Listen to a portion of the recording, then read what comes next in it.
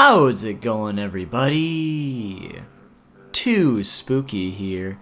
And before we jump into the video, I just really quickly wanted to say thank you all so much for 60,000 subscribers. We just got finished with the week of 50s, which was celebrating 50,000, and now here we are at 60,000. You guys are the best supporters out there, and I honestly cannot thank you enough for getting me this far, and we just keep growing and growing, and it's all thanks to you. So once again, thank you everybody, you're the best. Anyways guys, today we're going to be counting down 10 facts about Ulquiorra Cifer, or Cifer. This video was suggested by actually quite a few of you guys. Recently I've been getting mad requests. Thank you to everybody who suggested this. Ulquiorra is probably my favorite Espada, so this is definitely a video I wanted to make at some point. On that note, I hope you guys enjoy the video today.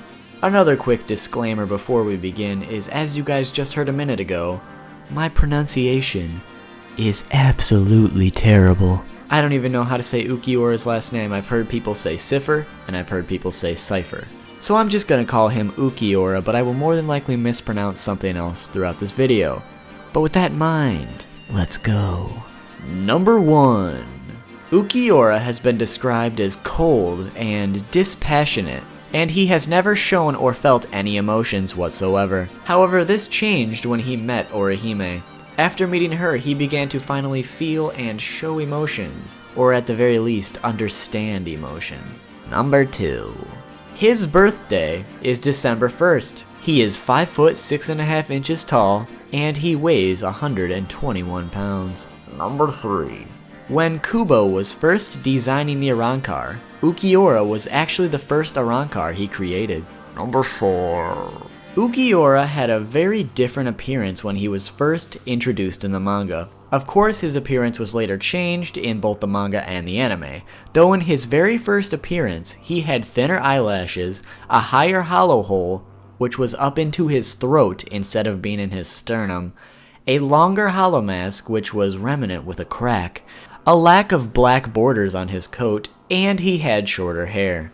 Number 5. So each of the Espada are loosely based, or their personalities are loosely based on an aspect of death. Ulquiorra's aspect of death is emptiness, which is reflecting on how he can feel nothing, making him empty like a void. Number 6. Ulquiorra's name was inspired by Patricia Urquiola, who is a Spanish architect and designer. Her work is actually quite popular and she has won a ton of awards. Number 7. Ulquiorra's death was voted the most impactful scene of that year by fans, and was played on the screen in Jump Festa 2009, with the author of Bleach, Tide Kubo, present. In fact, this death was so impactful that Kubo received thousands of letters from fans about his death, because it was never declared if Ulquiorra was actually dead or not. In my opinion, I think he is dead and gone. However, I thought the same exact thing about Grimmjow, yet he's still alive, so I could be wrong. Let me know what you guys think. Number 8. In chapter 351 of the manga, during the fight between Hollow Ichigo and Ulquiorra, the Hollow Ichigo throws Ulquiorra's amputated arm back at him. However, in the anime, he throws a large boulder instead. Number 9.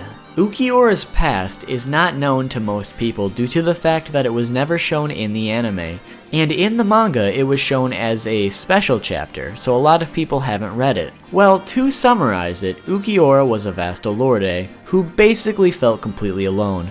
When he was born, he noticed everyone around him was black.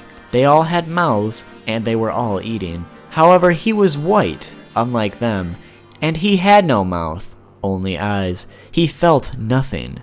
He couldn't eat, smell, or even feel when he touched things. He ended up wandering through Huecamundo for an undisclosed amount of time until he finally came across a white tree with a lot of sharp white spines. Looking at this tree, he finally felt something because it was just as empty as him, and Ulquiorra went and sunk into it. This is as far as we get to see, but it is assumed that another undisclosed amount of time later, he is found by Aizen and recruited into the Espada. And the moment that you've all been waiting for! Number 10.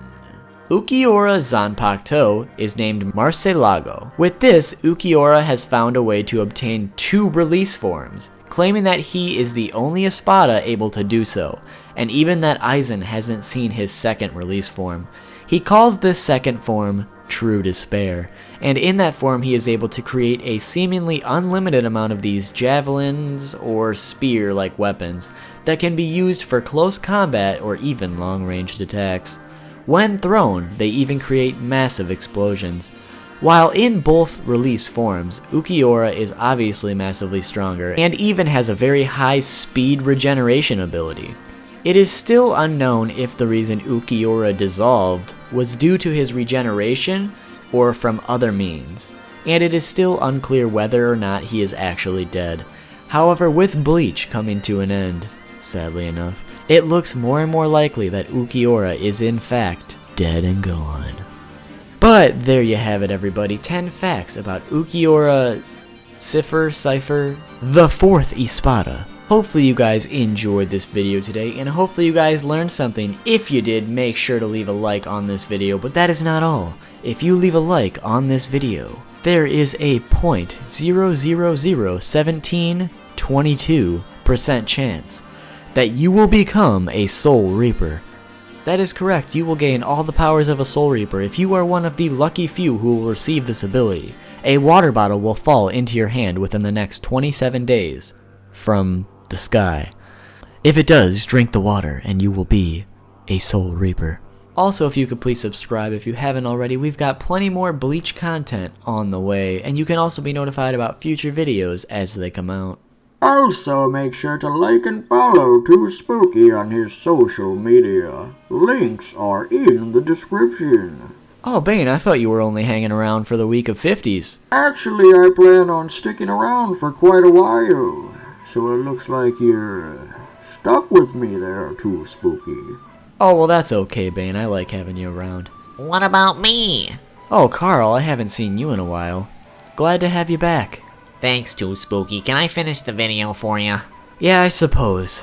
Okay, guys, if you can't get enough Too Spooky content, well, why don't you click here for 10 facts about Toshiro Hitsugaya. Is that how you say that? Yes, Carl, that's how you say that. Okay, thank you. And if that's just not doing it for you, well, why don't you click here for 50 facts about Yu Hakusho. I can take back over now, Carl. Anyways, guys, as always, thank you so much for watching, and I will see you soon.